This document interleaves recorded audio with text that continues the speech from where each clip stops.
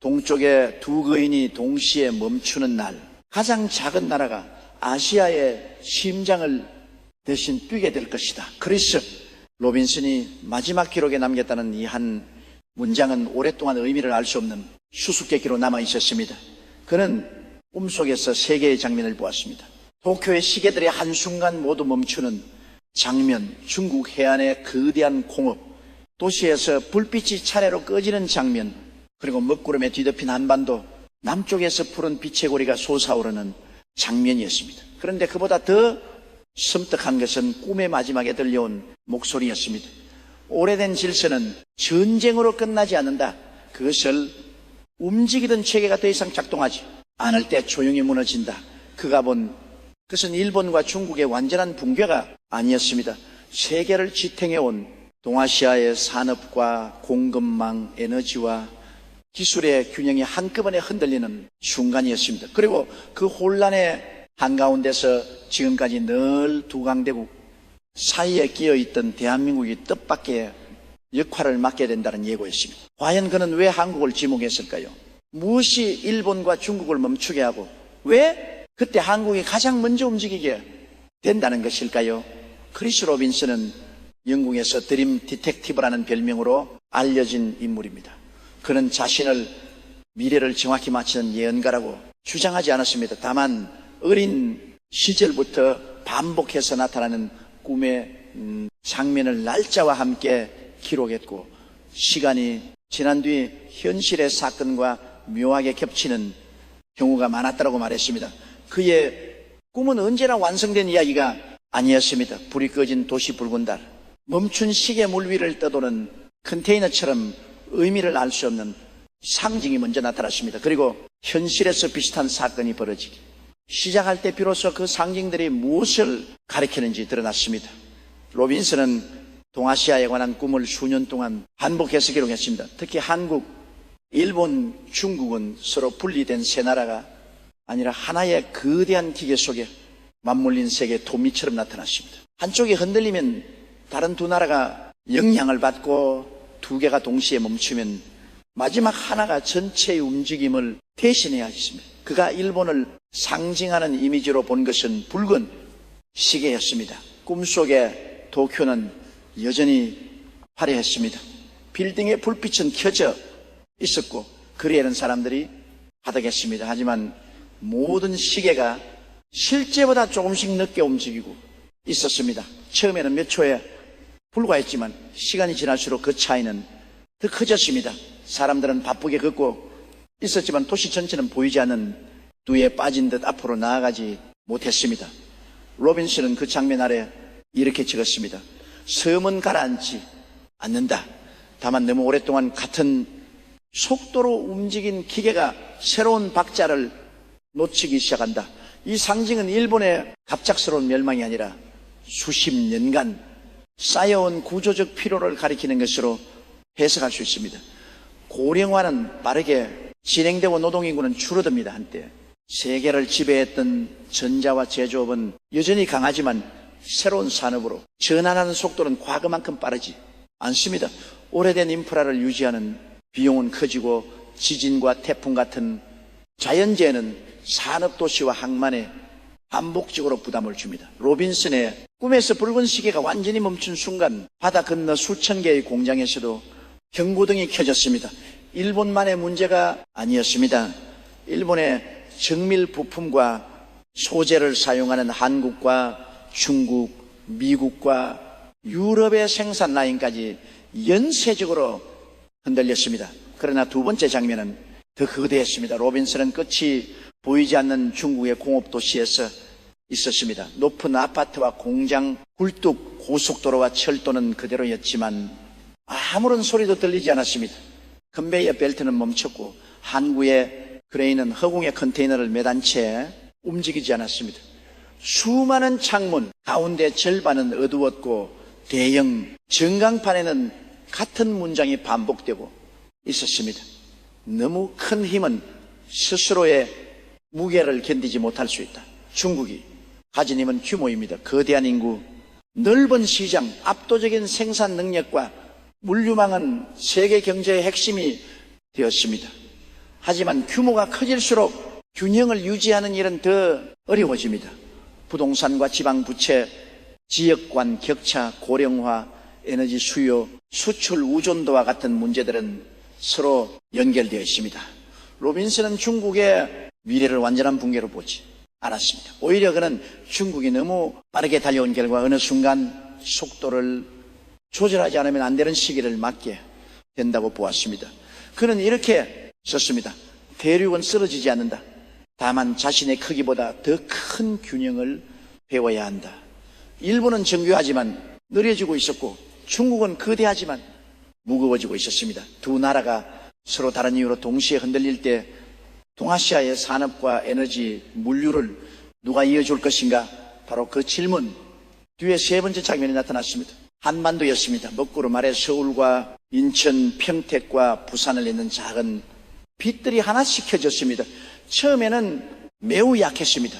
몇 번이나 꺼질 듯 흔들렸고 북쪽에서는 검은 바람이 내려왔습니다. 하지만 빛은 사라지지 않았습니다. 오히려 도시와 항구, 공장과 연구소를 따라 서로 연결되기 시작했습니다. 로빈슨은 한국을 완벽한 나라로 보지 않았습니다. 그의 기록에서 한국은 가장 많은 위기를 안고 있는 나라 가운데 하나였습니다. 세계 최저 수준의 출산율, 청년, 세대의 불안, 수도권 집중, 세대와 이념의 갈등, 수출 의존도, 그리고 언제든 긴장이 높아질 수 있는 한반도의 군사적 상황까지 겉으로는 강해 보이지만 내부의 균열은 결코 작지 않았습니다. 그럼에도 빛이 꺼지지 않은 이유에 대해 그는 이렇게 적었습니다. 그 땅은 위기가 없어서 빛나는 것이 아니다. 무너진 뒤 다시 세우는 일을 너무 오래 반복해왔기 때문에 끝까지 불을 지킬 수 있다. 로빈슨이 본 한국의 힘은 국토의 극이나 자원의 양이 아니었습니다. 바로 서로 다른 산업을 빠르게 연결해 실제 제품과 시스템으로 만들어내는 능력이었습니다. 한국은 첨단 반도체와 메모리 생산 기술을 보유하고 있습니다. 배터리와 에너지 저장, 장치, 전기차 부품, 초고압 전력기, 조선과 해양 플랜트, 디지털 통신망과 물류 시스템에서도 중요한 위치를 차지합니다. 하나의 분야에서 모든 것을 지배하는 나라는 아니지만 여러 산업의 중간을 연결하는 핵심 부품과 설비를 동시에 공급할 수 있습니다. 로빈슨은 이를 한 문장으로 표현했습니다. 새로운 중심은 가장 많은 것을 가진 곳이 아니라 모든 길이 멈추지 않기 위해 반드시 지나가야 하는 곳이다. 그가 본 거대한 징조는 어느 여름에 시작되었습니다. 일본 동쪽 해역에서 강한 지진이 발생했습니다. 해일은 예상보다 크지 않았지만 문제는 산업, 시설과 항만이었습니다. 경밀화학, 소재를 생산하는 공장들이 안전점검에 들어갔고 일부 자동차 부품 공장은 전력과 용수 공급 문제로 생산을 중단했습니다. 동북부의 항만 몇 곳이 폐쇄되면서 컨테이너와 산업 장비의 이동이 지연되었습니다. 일본 정부는 피해를 통제할 수 있다고 발표했지만 세계 기업들은 즉시 긴장했습니다. 일본에서만 생산되는 일부 소재와 정밀 부품의 공급이 끊기면 반도체와 자동차, 의료, 장비 생산 라인이 몇 주 안에 멈출 수 있었기 때문입니다.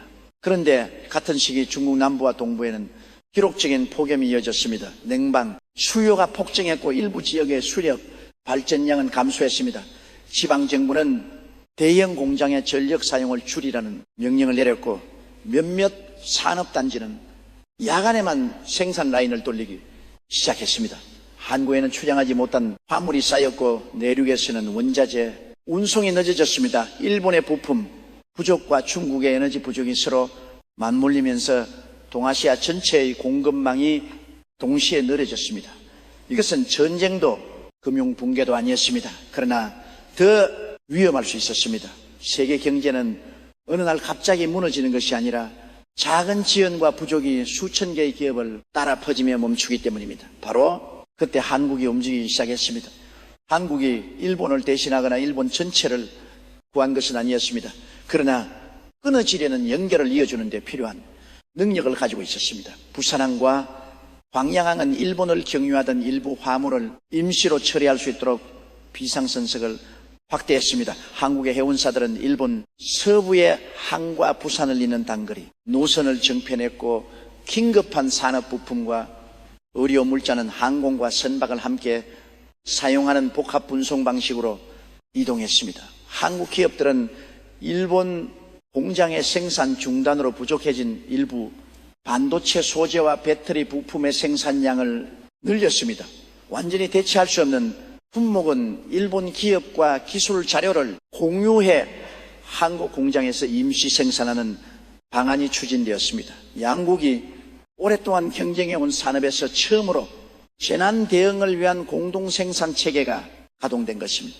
이 지원이 일본을 하루아침에 정상화한 것은 아니었습니다. 그러나 가장 중요한 몇 주 동안 산업의 혈관이 완전히 막히는 것을 막았습니다. 일본의 한 방송은 당시 상황을 이렇게 표현했습니다. 우리를 살린 것은 더 강한 경쟁자가 아니라 연결을 끊지 않은 이웃이었다. 중국의 위기에서도 한국의 역할은 기적이 아니라 기술과 설비였습니다. 중국의 일부 해안 공업 지역에서는 전력 부족으로 생산량이 크게 줄었습니다. 특히 반도체와 디스플레이, 화학 공장은 짧은 정전에도 막대한 손실이 발생할 수 있었습니다. 중국은 발전소를 더 돌리는 것만으로 문제를 해결하기 어려웠습니다. 전력을 언제 어디에 얼마나 배분할 것인지가 중요했습니다. 한국 기업들이 공급한 대용량 에너지, 저장 장치와 전력 관리 소프트웨어가 몇몇 산업단지에서 시험적으로 가동되었습니다. 전력 소비가 낮은 시간의 에너지를 저장하고 수요가 급증할 때 공장에 다시 공급하는 방식이었습니다. 인공지능 기반의 수요 예측 시스템은 생산 계획과 기상 정보를 분석해 전력 사용량을 조정했습니다. 한국의 초고압 변압기와 전력 기기는 노후한 지역 송전망의 병목을 줄이는 데 사용되었습니다. 한국 조선과 건조한 LNG 운반선은 긴급 에너지 물량을 중국 항만으로 수송했고 스마트 공장 기술은 생산량을 크게 줄이지 않으면서도 전력 소비를 낮추는 데 도움을 주었습니다. 그때 사람들은 로빈슨이 보았다는 어둠 속에 작은 등불을 다시 떠올렸습니다.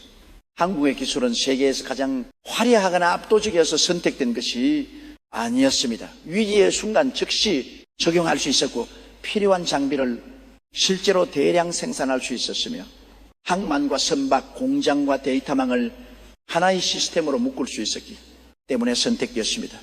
일본의 지진과 중국의 에너지 위기가 진정된 뒤 세 나라의 정부와 기업 대표들은 서울에 모였습니다.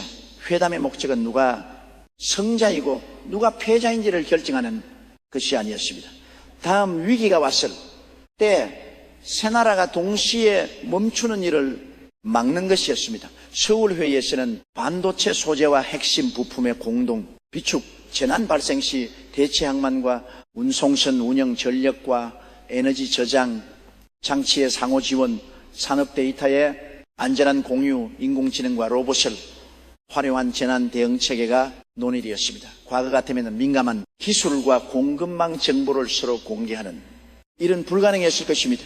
그러나 세 나라는 이미 경험했습니다. 각자 모든 것을 가지려는 전략이 오히려 모두를 취약하게 만들 수 있다는 사실을 말입니다. 회의장 중앙에는 둥근 테이블이 놓여 있었습니다. 어느 한 나라가 앞자리를 차지하지 않는 구조였습니다. 일본은 정밀 기술과 품질 관리 경험을 제공했고 중국은 거대한 생산 능력과 시장을 내놓았습니다. 한국은 양국의 기술과 생산을 연결할 디지털 시스템, 물류망 에너지 기술을 제안했습니다. 그 장면은 로빈슨의 오래된 기록과 놀랍도록 닮아 있었습니다. 한국에 주어진 자리는 왕자가 아니다. 서로 등을 돌린 사람들이 다시 마주 함께하는 원탁의 가운데 자리다. 한국이 조정자로 선택된 이유는 가장 강해서가 아니었습니다. 일본과 중국 모두와 깊은 경제관계를 맺고 있으면서도 어느 한쪽을 완전히 압도할 만큼 거대하지 않았기 때문입니다. 동시에 반도체, 배터리, 선박, 전력기, 통신망처럼 두 나라가 모두 필요로 하는 기술을 갖고 있었습니다. 일본의 정밀함, 중국의 규모, 한국의 속도와 응용력이 하나의 순환 구조를 만들 때 동아시아는 과거와 다른 방식으로 시작합니다. 경쟁은 계속되지만 모든 것을 파괴하는 경쟁이 아니라 서로를 필요로 한다는 사실을 인정하는 경쟁으로 바뀌는 것입니다. 로빈슨은 이를 두 번째 빛의 시대라고 불렀습니다. 첫 번째 빛은 위기에 순간 나타나는 기술의 빛입니다. 꺼진 공장을 다시 움직이고 끊어진 항로를 연결하며 부족한 전력을 나누는 힘입니다. 그러나 두 번째 빛은 사람들의 인식이 바뀔 때 나타납니다. 어제 오늘 반드시 친구가 되어야 한다는 뜻은 아닙니다. 다만 서로를 완전히 무너뜨리려는 선택이 결국 자신에게도 재앙이 된다는 사실을 깨닫는 것입니다. 하지만 그의 예언은 한국을 무조건 찬양하는 것으로 끝나지 않았습니다. 오히려 마지막 기록은 한국을 향한 경고에 가까웠습니다. 한국은 외부의 위기에는 빠르게 대응하지만 내부의 갈등 앞에서는 쉽게 둘러갈라집니다. 세대가 서로를 이해하지 못하고 지역과 이념, 성별과 계층의 갈등이 깊어지면 아무리 뛰어난 기술이 있어도 중심의 역할을 오래 유지할 수 없습니다. 젊은 세대가 미래를 포기하고 사회가 성공한 사람과 실패한 사람을 잔인하게 나누며 정치가 모든 문제를 적과 아군의 싸움으로 바꾼다면 푸른빛은 오래 머물지 않습니다. 로빈슨은 한국이 가장 먼저 해결해야 할 위기는 일본의 침체도 중국의 불균형도 아니라고 보았습니다. 바로 한국 사회 내부에 필요했습니다. 그는 세 개의 단어를 남겼습니다. 기억하라, 정돈하라, 연결하라. 기억하라는 말은 과거를 이란 뜻이 아닙니다. 전쟁과 식민지, 분단과 가난, 수많은 희생을 기억하되 그 상처만으로 미래의 모든 선택을 결정하지 말라는 뜻입니다. 상처는 방향을 알려주는 나침반이 될 수 있지만 놓지 못하면 앞으로 나가지 못하게 하는 쇠사슬이 될 수도 있습니다. 정돈나라는 말은 나라의 질서를 말하기 전에 개인과 사회 내부의 혼란을 바로잡으라는 뜻입니다. 인구 감소, 청년의 절망, 교육과 주거의 부담, 지역 소멸과 양극화를 외면한 채 세계의 중심을 말하는 것은 공허합니다. 밖으로 손을 내밀기. 위에서는 먼저 안에서 무너지는 사람들을 붙잡아야 합니다. 연결하라는 말은 가장 중요한 마지막 조건이었습니다. 반도체와 배터리, 인공지능과 선박만으로는 새로운 시대를 열 수 없습니다. 기술은 연결의 도구일 뿐이며 그 연결을 움직이는 에너지는 신뢰와 공감입니다. 생각이 다른 사람과 대화할 수 없고 이웃 나라를 영원한 적으로만 바라보며 약한 사람을 실패자로 취급한다면 어떤 첨단 기술도 나라를 진정한 중심으로 만들지 못합니다. 로빈슨은 마지막 꿈에서 다시 한반도를 봤습니다. 서울 위로 떠올랐던 푸른 빛은 처음보다 훨씬 커져 있었습니다. 그 빛은 부산의 항구를 지나 일본으로 향했고 서해를 건너 중국의 공업지대를 비추었습니다. 그러나 빛의 중심은 국가기관이나 거대한 기업의 건물이 아니었습니다. 새벽철을 타고 일터로 향하는 사람, 고장난 기계를 다시 움직이게 만드는 기술자, 재난 현장에서 낯선 사람의 손을 잡아주는 구조대원, 실패한 청년에게 다시 기회를 주는 작은 회사, 아이가 살아갈 미래를 위해 오늘의 편리함을 조금 포기하는 평범한 시민들이었습니다. 그들의 작은 불빛이 모여 한반도 위에 거대한 고리를 만들고 있었습니다. 그러나 잠시 뒤 바람이 불자 그 빛은 크게 흔들렸습니다. 로빈슨은 꿈에서 깨어난 뒷마지막 페이지에 단 한 문장을 적었습니다. 빛은 한반도에 도착했지만 아직 그곳에 머물기로 결정하지 않았다. 이 문장은 한국이 반드시 세계의 중심이 된다는 보장이 아닙니다. 오히려 단 한 번의 기회가 열릴 수 있다는 경고입니다. 일본이 긴 침체를 넘어 새로운 변화를 시작하고 중국이 과도한 성장의 속도를 조절하며 세계의 공급망이 다시 재편되는 순간 한국에는 이전에 없던 공간이 생길 수 있습니다. 하지만 그 자리를 차지하는 것과 지키는 것은 전혀 다른 문제입니다. 한국이 기술만 자랑하고 책임을 외면한다면 기회는 사라질 것입니다. 주변국의 위기를 자신의 승리로 착각한다면 신뢰를 잃을 것입니다. 내부의 분열을 방치한다면 외부를 연결할 힘도 약해질 것입니다. 반대로 한국이 자신의 약점을 인정하고 위기 속에서도 필요한 기술과 물자를 제공하며 경쟁국가도 공동의 생존을 위해 협력할 수 있다면 로빈슨이 보았다는 원탁의 자리는 현실이 될 수 있습니다. 동쪽의 두 거인이 동시에 박자를 놓치는 날 작은 나라가 대신 심장을 뛰게 된다는 예언, 그것은 일본과 중국의 몰락을 기뻐하라는 말이 아닙니다. 두 나라의 위기가 곧 한국의 위기가 될 수 있으며 세 나라가 서로를 완전히 분리한 채 살아갈 수 없다는 뜻입니다. 새로운 시대의 강자는 가장 큰 군대를 가진 나라가 아닐지도 모릅니다. 가장 많은 자원을 가진 나라도 아닐 수 있습니다. 위기가 발생했을 때 끊어진 길을 다시 잇고 다른 나라가 움직일 수 있도록 필요한 기술을 내놓으며 서로 믿지 못하는 사람들을 같은 테이블에 앉힐 수 있는 나라가 진정한 중심이 될 것입니다. 크리스 로빈슨의 꿈이 실제 미래를 본 것인지 인간의 불안을 상징으로 표현한 것인지는 누구도 확신할 수 없습니다. 그러나 한 가지는 분명합니다. 세계는 이미 거대한 전환기에 들었었습니다. 인구 구조는 바뀌고 기후위기는 산업과 에너지의 기반을 흔들고 있으며 반도체와 배터리, 인공지능과 공급망을 둘러싼 경쟁은 더욱 치열해지고 있습니다. 일본과 중국, 한국 가운데 어느 나라도 혼자서는 모든 위기를 감당할 수 없습니다. 그리고 바로 그 지점에서 한국의 선택이 중요해집니다. 우리는 두 강대국 사이에서 계속 흔들리는 나라로 남을 것인가, 아니면은 그 사이를 연결해 새로운 균형을 만드는 나라가 될 것인가. 역사는 때때로 한 나라에 단 한 번의 문을 열어줍니다. 그 문이 열렸을 때 준비되지 않은 나라는 기회를 보지 못하고 준비된 나라는 자신의 크기보다 훨씬 큰 역할을 맡게 됩니다. 로빈슨의 마지막 기록은 예언의 결론이 아니라 질문으로 끝났습니다. 두 거인이 멈추는 순간 한국은 앞으로 나아갈 것인가, 아니면 그들과 함께 어둠 속으로 들어갈 것인가. 이제 그 답은 더 이상 그의 꿈속에 없습니다. 그 답은 기술을 만드는 사람들의 손에 있고 나라의 방향을 선택하는 지도자들의 판단에 있으며 서로 다른 사람과 함께 살아가기로 결심하는 평범한 시민들의 마음속에 있습니다. 하늘의 문을 열어줄 수는 있습니다. 하지만 그 문을 지나 역사를 새로 쓰는 일은 결국 살아있는 사람들의 몫입니다.